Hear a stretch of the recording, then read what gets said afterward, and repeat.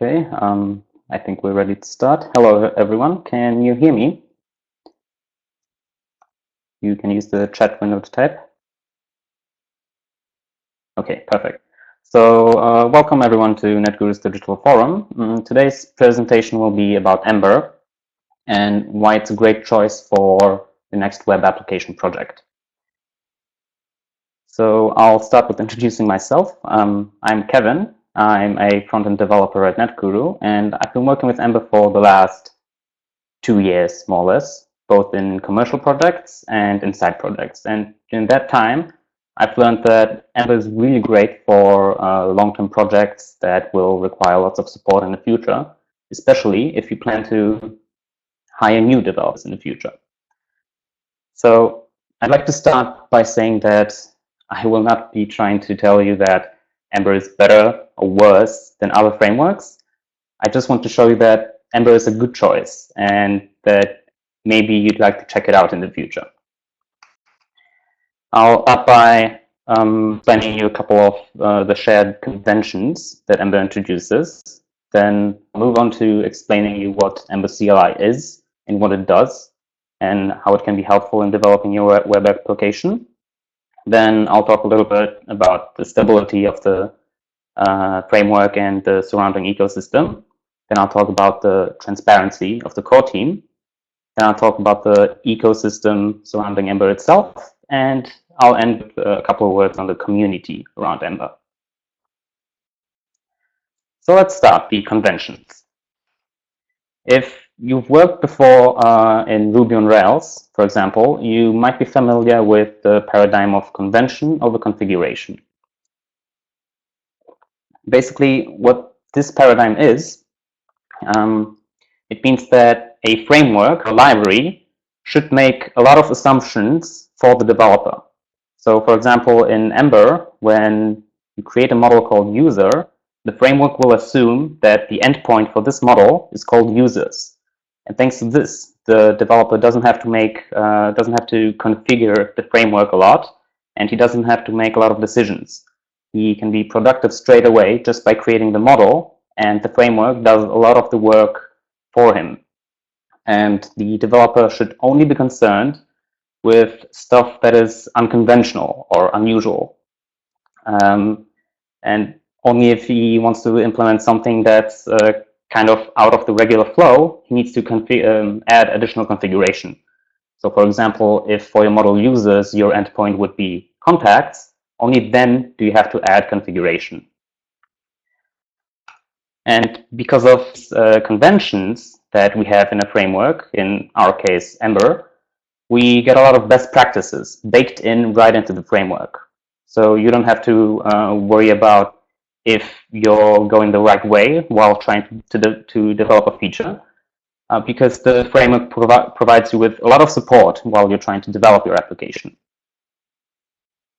And with these best practices and conventions, a developer creating a project in this framework can be very productive because he doesn't have to spend days or weeks trying to configure the basics of his projects. Also, he will encounter less surprises while he's developing his project because a lot of stuff is assumed for him and it just works straight out of the box. Also, new developers that jump into this project are onboarded very quickly. Because of all these conventions, the developer knows what to expect of a project and knows what, for example, the product structure will be, or how the specific components interact with each other. So right now you can see, just as with Ruby on Rails, it's really great to have a framework for the front end that's opinionated and that gives us a lot of conventions and best practices.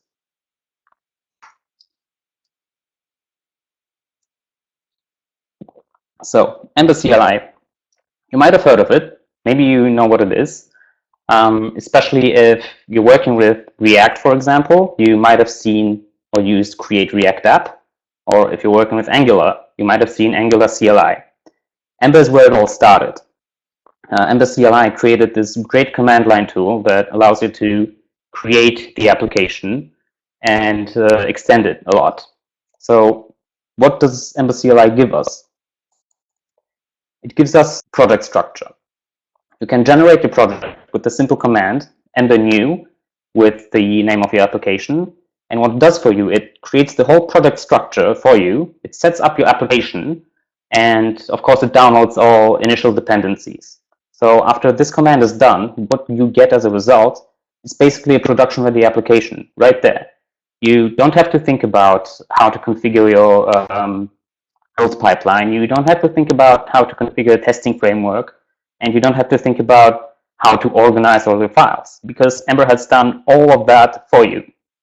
So for example, what you get here, you get a Travis configuration file, which can be used to pretty much immediately make use of Travis's CI system. What you also get is a README, and also it initializes a Git repo for you. So when you start, you have a Git repo. You just have to add the origin, your remote URL, and you're ready to push your code out into the world. What you also get is a linting setup. So whenever you start your application, your linters also automatically run. So you know that your code will always adhere to your style guides. And of course, you get your actual app structure. In the app folder is where your application actually lives. So for example, in this folder, you have a component folder where all your specific components of the applications are put.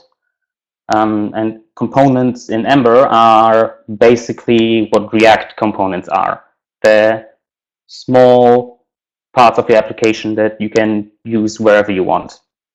You also have controllers and helpers and models and all of that. But what's really neat is that you also have a router just built in with Ember. So for example, when you want to visit a route, let's say a user route with an ID in the URL, Ember can very easily map this ID for you, and then in the actual route logic file, you can access this parameter. It also allows you to very easily add any other query parameters. For example, if you want to display a list of posts and sort them by date, you can use a parameter to accept the sorting direction. And you have access to these parameters quite easily from within your controllers and routes. What Ember also gives you is this styles folder where you can put all your CSS or Sass files. And what Ember does for you, when it compiles, it takes all these styles, it concatenates them together, and it minifies them, just as a build tool should do. But you get all of this for free, and it just works right then when you create the app. So what you also get is a testing infrastructure. You don't have to set up all your whole test framework or assertion libraries on your own, because Ember has done that for you already. All you have to do is go into the test folder and start creating your tests. So what Ember CLI also gives us are generators. Whenever you create a new part of the application, you can either create the files manually, or you can make use of Ember CLI. And Ember CLI has a command called Ember or Ember generate. They're both the same. They're just an alias to each other. And with the command, you first specify the name of the blueprint you want to use, and then the name of the thing you want to create. So for example, if you want to create a new component, you use the component blueprint, and you name it my component, for example. And what happens is you get a couple of files. Ember CLI will create the component.js file, where you keep all your logic of your component. It also creates the template file, which is a handlebars file where you put all your HTML. And it also automatically creates a test file for you. So you don't have to think about where to put your test file. You don't have to worry about creating all the boilerplate that's needed for testing. You can just jump straight into testing, and if you're a fan of TDD, you can do that right away. You also have generators for pretty much any part of the application that you need to develop. So for example, you have a model blueprint or route blueprint, and you can also generate specific test files without the component. So for example, if you first create the component manually, you can later add on the test with a generator.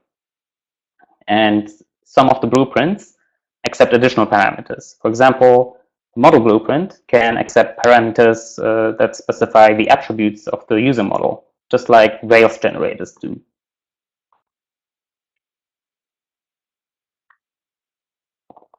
Another thing that Ember CLI gives you is a development server. So you might have tried setting up development servers on your own before, and sometimes maybe they don't work as expected. Sometimes your hot reloading won't work, sometimes it just won't build, or sometimes it won't watch the changes in your files. With Ember, you don't have to worry about that. Smart people that have been dealing with these problems for years have built this Ember development server right into Ember CLI, and you just know that it's going to be stable. The one thing you have to do is type in Ember server, or you can use the short alias Ember-S, and the Ember development server just kicks off. It will start watching all your files. So whenever you introduce a change, it will rebuild the application. And it also does whatever it builds for you to access in the browser. So you open it up in the browser, and whenever you make a change, it rebuilds and it refreshes your browser. So you don't have to worry about anything, basically. You can generate your project, start a server, and start being productive. You can focus on actually creating the app, creating the product that you want to deliver without having to worry about all the boilerplate. Because sometimes you might have to spend a week or two in just configuring all your build tools and your whole pipeline, build pipeline and infrastructure. With Ember CLI, you don't have to do that. It's all done for you. I mentioned builds. The development server does builds continuously whenever it detects changes. But for example, after a while, you might be ready for deploying your application, and you want to get the actual build files so that you can put them on your server. And in order to do that, you just type in the Ember build command, and if you want, you can specify a environment flag. For example, here we specify the production flag, and what Ember will do, it will build our application into a specific folder with the production environment. So any non-production assets, for example, will not be included. And what we get as a result is a ready-to-deploy application. If you want, you can put the contents of this server right into your S3 bucket or in wherever your backend is, and you're ready to go. Again, you don't have to worry about configuring a thing. It just works. It's right there. Next, I mentioned that Ember CLI gives you a testing infrastructure, which is also very easy to use. Ember supports 3 basic types of tests. Unit tests you're probably familiar with. You can test basic functions and their outputs of pretty much any component. I just want to mention that I'll be answering questions by the end, so please take a note of your questions, and later on we'll move to answering them. Thanks. Yeah, so unit tests, where you test basic functionalities, like how your functions actually work. Integration tests, which are the default for testing components. And these actually test how a component reacts when it actually gets rendered with some data. And a re-rating acceptance tests, where you can test actual whole flows in your application. So for example, you want to test a sign-up flow, and you want to verify that every step of a user sign-up and the later onboarding works as expected.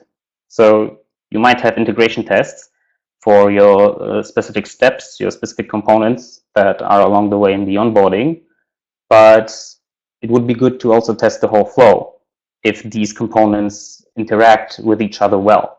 And you can do this with acceptance tests. And these are built right into Ember. So again, you don't have to worry about trying to build your application for testing, because Ember has prepared all this infrastructure for you.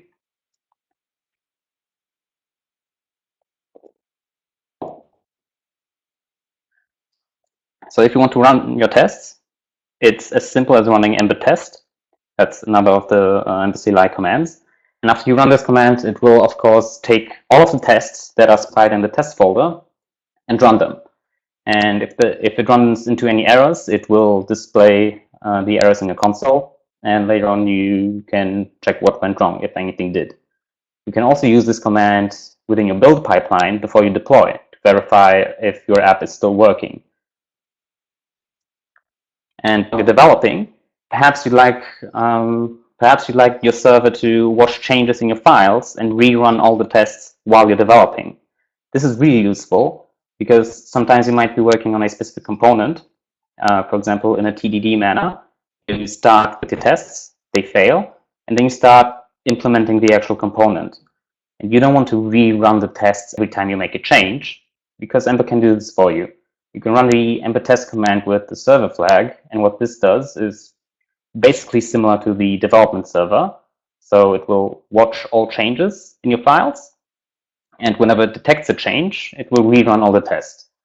And it will both display a nice dashboard in your console, but it also gives you this dashboard you open in your browser. And in this dashboard, you can drill down into your specific tests or click on rerun to rerun specific tests.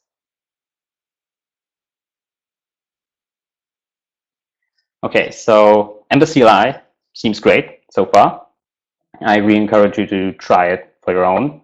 But there's also stability. And I don't mean the stability of an application that's built with Ember. What I mean is the stability of the framework itself and the ecosystem.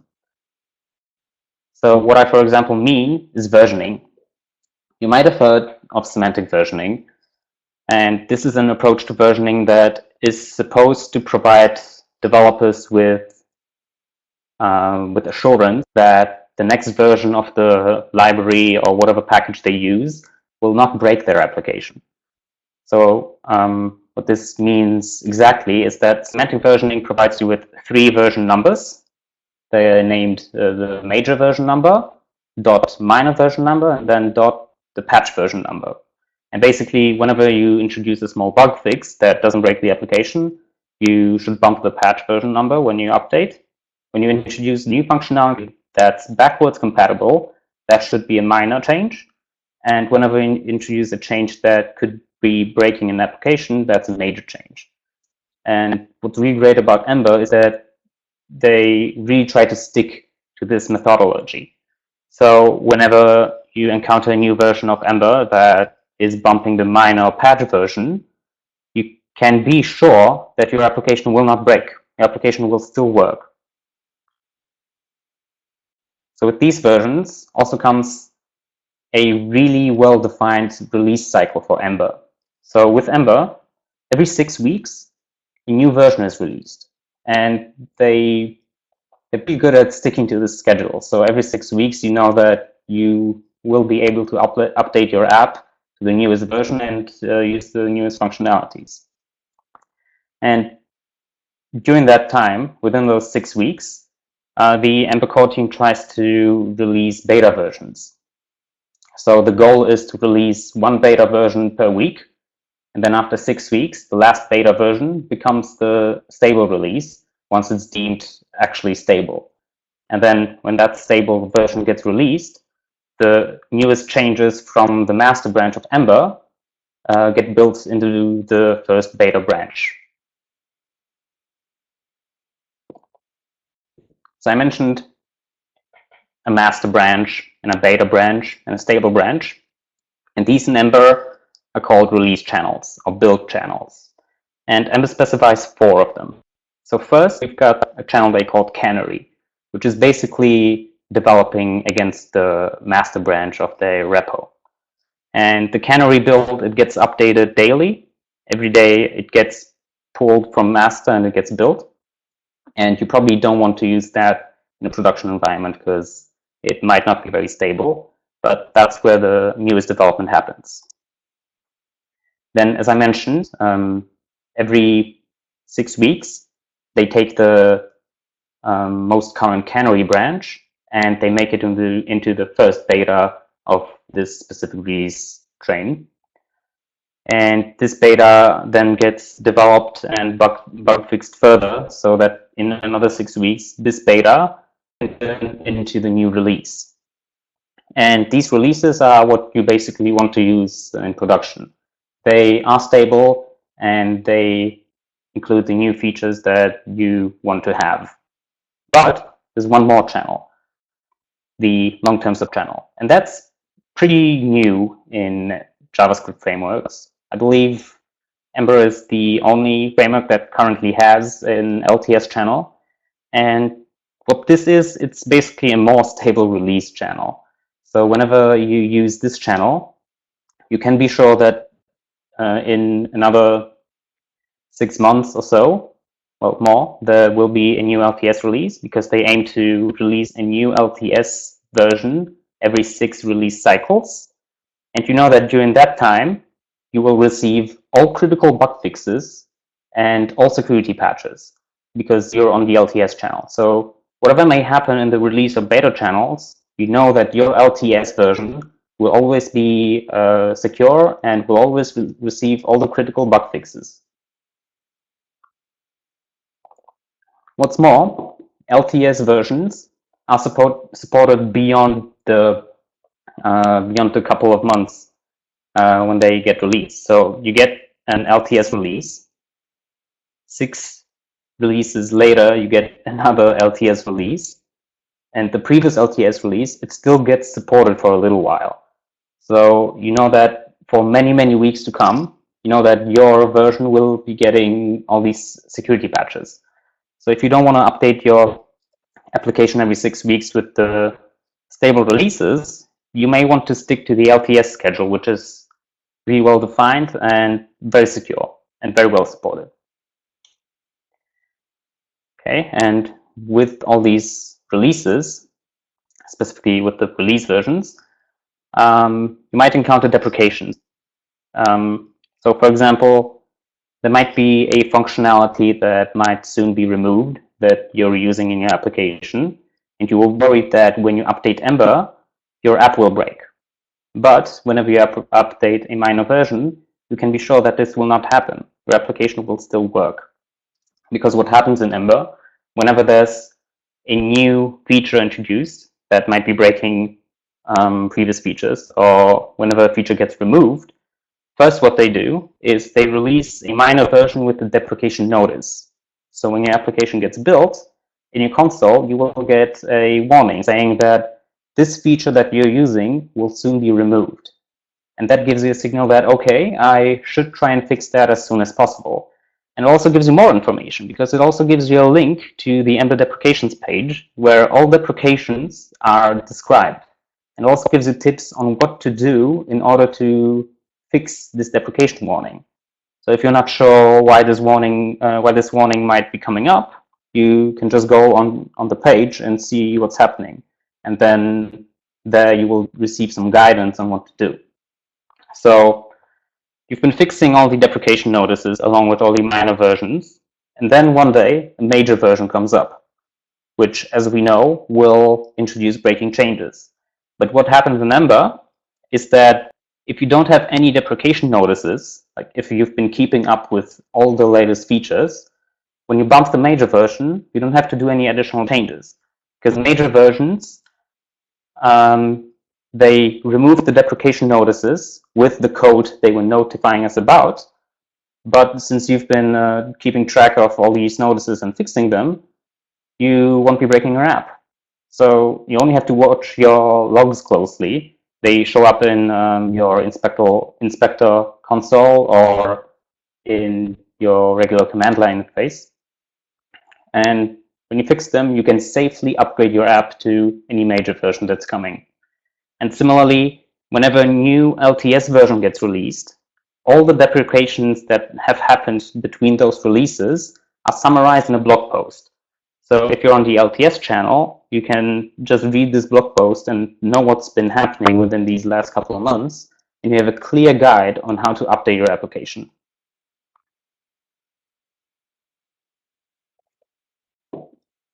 So we've got deprecations, and we've got new features or breaking changes. But such changes, they don't happen out of the blue. Any big change in Ember has to go through the RFC process. So, for example, you might want to introduce a big change in Ember and you have an idea on how to implement it.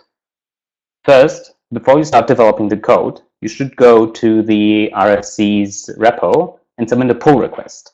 And that pull request, you describe what the change is and why it's beneficial, what the challenges would be in implementing it, and maybe propose an API of what you're trying to develop. And then, after this PR is submitted, the core team will discuss with you on whether this is a good idea or not, and what might be improved in your proposal. And after the discussion is over, if they deem this change to be okay, and that yes, we want to implement this in Ember because it's great, they will merge your pull request into the repo, and only then can development on this feature start. Obviously, if you want to develop this feature, you can always start earlier, but you won't be able to submit it into the actual Ember code base without the RFC. It has to go through the RFC so that it can be discussed publicly and so that all kinks can be ironed out. And that's a really great process, and it indicates the transparency of the Ember core team. Because not only do they have this whole RFC process to make transparent, they also publish all the meeting notes. So the Ember core team, they meet regularly to discuss whatever changes they might want to introduce into Ember. And all the meetings are summarized in this repo. So if you want to follow what's happening in Ember, you can read their notes right there. Also, what's really great is Ember's approach to security. Whenever someone discovers a security breach within the Ember framework, they should go to the PR, which describes the security process in Ember. So what you do, you notify the Ember team of the security breach you found, and they, of course, they will try to fix it as soon as possible. But once the fix is out, they will publish a blog post explaining what happened. And they will tell you that they released a new version, that it's fixed now, that it's safe, and they'll encourage you to update your application. So you have a nice sense of security with them because you know that if something happens, they will try and take care of you and they won't just forget about any issues that might happen within the framework.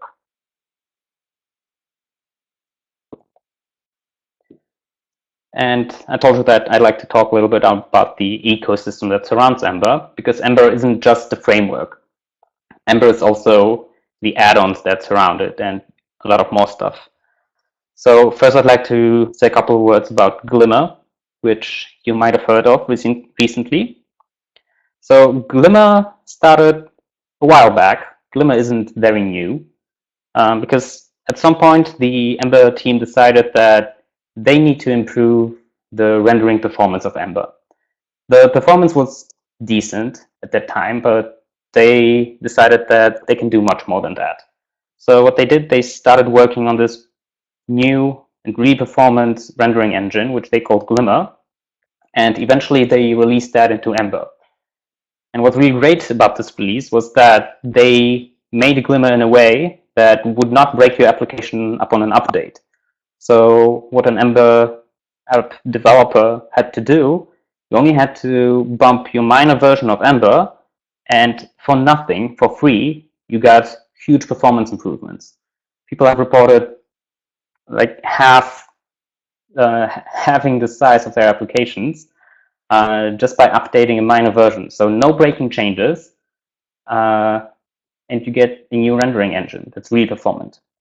But people complained because some people, they liked the performance of Glimmer, but they said that, okay, maybe I like Ember, but I don't really need a router, or I don't need your data store. I just need a nice UI library that would allow me to write Ember code with the Glimmer rendering engine in order to write my small, lightweight application. And that was not possible until recently when Glimmer.js was introduced. So Glimmer.js is basically the new Glimmer rendering engine cut out of Ember and made into a component library. So now you can write components, just like in React or Vue, with the rendering performance of Glimmer. And what's great is that you can take these components and then simply import them into your full Ember application. So you can write Glimmer components and use them within any other application you want. And what's more, you don't have to use them in Ember applications because Glimmer supports compiling into web components, just like Polymer does. So you can take your Glimmer component, compile it into a web component, and use it in any other app.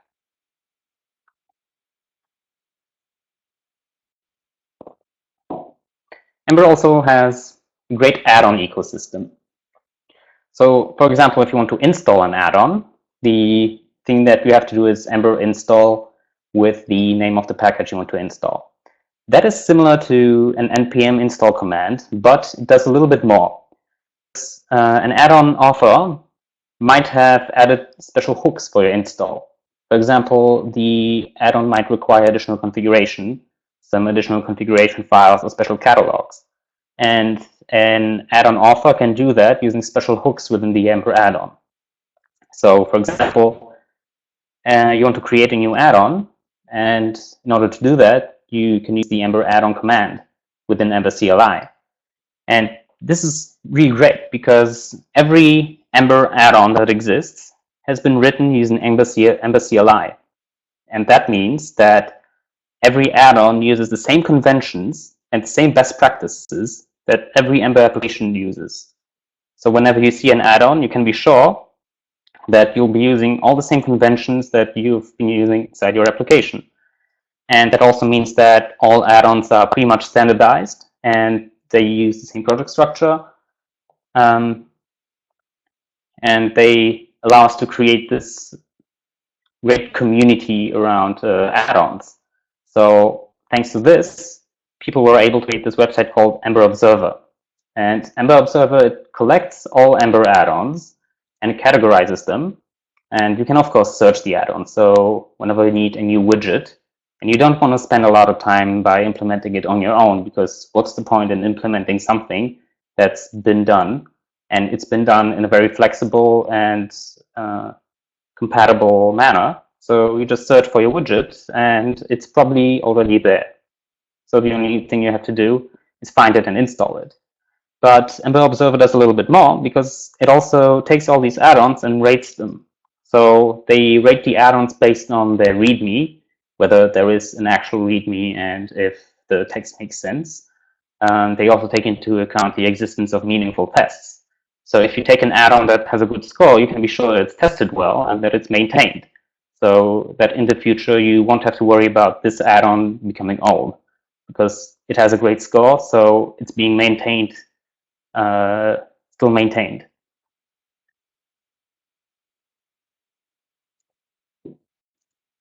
Some of the great add-ons are, for example, Ember Data.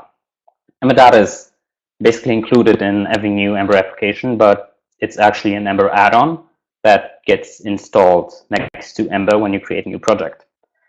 And what Ember Data provides you with is, of course, a data store, but it's not just the store that stores your data, because Ember Data comes with its own conventions and best practices.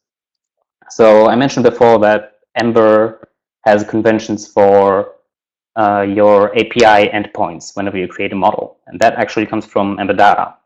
So Ember Data, for example, gives you the store. And imagine you want to create a record. Normally, you'd have to manually send a post request to your API. But with Ember Data, it gives you this nice store with really flexible methods. So in this case, you would call create record on the Ember Data store. And what it does for you, it contacts the server and basically creates the record. And you don't have to worry about the endpoints. You don't have to worry about taking the payload that comes back from the server and updating your store, because Ember Data has done that for you. So you create the record, and whatever comes back from the server updates the store automatically, so that in your front end, you always use the freshest information from the server when you use Ember Data and its store. Another great add-on is Ember Simple Auth, because probably you might be implementing authentication in your application. You might want your users to be able to sign up and log in. And You could do that manually by hooking into your backend authentication system, but Ember Simple Auth makes this really simple, as the name implies. It has a couple of popular strategies included. So, for example, if your backend uses Rails device gem for authentication, Ember Simple Auth has a configuration ready for that. So you only have to install the Rails device authenticators and specify your Rails backend URLs, and you're basically ready to go. Ember Simple Auth gives you a lot of nice mixins you can use in your app. So if you have a route that you only want to display to logged in users, you don't have to write the logic yourself. You just use this mixin and add it to your route. Then Ember Simple Auth handles the authentication and handles checking whether this user is authenticated to view this route. Eventually, you might want to do application. And I mentioned before that you can basically use the Ember build command and take whatever the output is and put it on your server. And you might do that with custom scripts if you have a continuous integration system, but you don't have to write the scripts yourself. Ember CLI deploy is an add-on that makes deployments much, much simpler. Ember CLI deploy has a bunch of deployment hooks that any person can hook into, and it's also surrounded by a bunch of additional plugins. So Ember CLI deploy itself is this basic pipeline for deployments, and around Ember CLI deploy, there's a bunch of plugins that hook into Ember CLI deploy in order to make actual deployments possible. So, for example, there is a plugin for uploading the output of your build into an S3 bucket, and you can also install an add-on for notifying your Slack whenever a deployment is successful. Or you could install an add-on that allows you to roll back a deployment. So whenever a deployment goes wrong, you can use a specific command to roll back a deployment to the latest stable version that works. Another great add-on is Ember Fastboot. And what Ember Fastboot does for you is server-side rendering of your Ember application, which seems to be a pretty popular topic recently. And it's really great if you want your application to be a bit more performant. Because usually when you have a single page application, what happens is the browser receives a bunch of JavaScript files and an empty index.html file. And what it does, it executes the JavaScript which builds the application on the client, and then this application can start requesting data from the server. But sometimes it might be better for the client to actually receive the actual built HTML output. So that, for example, browser crawlers could crawl websites correctly. And if you want to set this up, you can install Ember Fastboot, which gives you this functionality, again, pretty much for free. There are, of course, a couple of assumptions that Fastboot makes, so it might be necessary of you to add some changes to Ember application for it to work. But once it works, Ember Fastboot gives you a node server that you can use to serve your Ember application in a server-side rendered manner. If you don't want to use the server, you can just take the node middleware, the Express middleware, and put in your existing backend. And what it also comes with is a couple of deployment strategies. Because the previous Ember CLI, the regular Ember CLI deploy flow builds your Ember application, takes the assets, and uploads them to a server. So what you basically get is like a static type of web server where it only says the files, and the rest happens on the client. But with Fastboot, you actually have to have a server running, in this case, a node server that takes all the requests and compiles the Ember application and gives you back the output.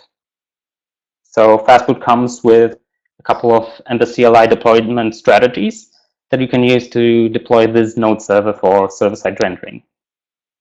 So you don't have to worry about creating this whole server-side rendering infrastructure, because again, someone has done it for you before, and you can build on their experience and just use what they've done, which is usually good enough.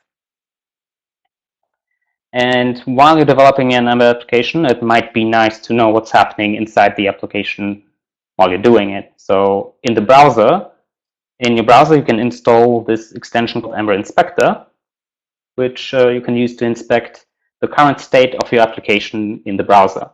So for example, right here, we can see the hierarchy of all the components that are currently displayed on the page and all the routes. And if you want, you can drill down into specific components and see what properties they currently have inside of them. Or you can go into the Data tab to inspect the current state of your Ember data store. But Ember isn't just code. Ember isn't just add-ons. Ember is also the people that surround the framework. And these people have written a great documentation. And if you're starting out with Ember and you want to learn it, I really recommend the official Ember guide here at guides.ember.js.com. In the past, people have complained that the Ember guides weren't very informative or they were confusing. And that has changed a lot in the last couple of years, months, because they've done a really fantastic job in introducing Ember to both junior developers and senior developers that are trying to expand their knowledge. So this should be your first stop in learning Ember. There's, of course, a Slack channel where you can ask questions to any other Ember developers. And there's a bunch of core team members that are pretty much constantly available. And when you ask a question, you usually receive a reply and some help really quickly. And if you want to discuss something that might take a bit longer or might get lost in Slack, there's also an Ember forum where you can go and ask more complicated questions or start a bigger discussion that would not be a good fit for Slack. So that's basically it. I hope I've been able to convince you to at least try Ember a little bit. Or if you're already an Ember developer, maybe you've heard something that you can tell your coworkers to convince them to try Ember. And now is a good time to answer some questions. So if you have some questions, please leave them in the chat. And I'll start with answering them. So Wukash asked, can you say something about interpreting links from the Ember app by the Google search engine? This is exactly the same effect as a link from a PHP application. And yeah, I basically mentioned that already when I was talking about Ember Fastboot. And what usually happens with a normal page is that it gets rendered on the server and it serves the built HTML to the browser directly. So a Google crawler, for example, it gets the HTML and it can crawl that very easily. What happens with single page applications like Ember is that you receive a pretty much empty HTML and JavaScript files. These JavaScript files, they get executed in the browser, and then they build the actual HTML output. And that has been a problem for crawlers for a while, and most crawlers probably still is a problem. So for a Google search engine, your application might not be indexed as well as a regular server-side application. And that's what one of the things Ember Fastboot is trying to combat, because it tries to render the application on the server and the actual HTML output. Okay, see there's some discussion in the chat.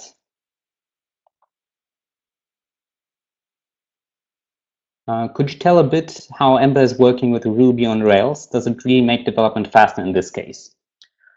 So first of all, Ember and Ruby on Rails, Ember has been kind of inspired by Ruby on Rails, especially in the convention over configuration department. And the developers behind Ember have been using Ruby on Rails for a while before they started developing Ember itself. And yes, I would say that it does make development really fast because you have special gems for Ruby on Rails to serialize your data in a shape that's expected by Ember. So you have your active record instances, And what Ember expects is that they come in a format specified by JSON API. You can read about JSON API online. That's a standard that's been created by the Ember creators. And there is a JSON API serializer for Ruby on Rails. So if you install that gem and create an API in Ruby on Rails, you basically don't have to do any additional configuration for Ember and Ruby on Rails to work together.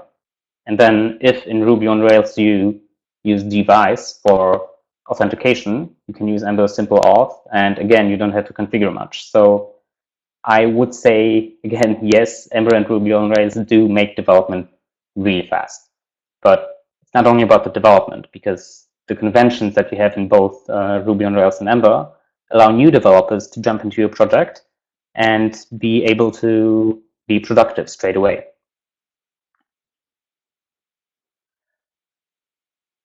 Okay, I see RD has a lot of comments on Ember, but I'm not sure if I'm seeing an actual question.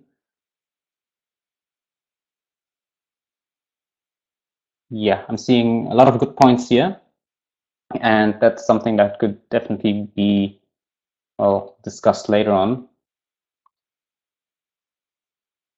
Yeah, it's a bit much to discuss right now because you've left quite a bit of text. So if you'd like, you can email me directly, or maybe you can find me on Twitter at Kevin Kohatczyk, and I'd be very happy to start a discussion on the points that you mentioned.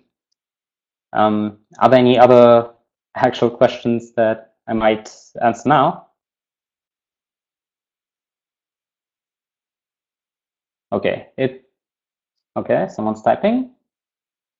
Okay, looks like that's it. And again, thank you for coming and listening. And again, I hope that you've been able to learn something today.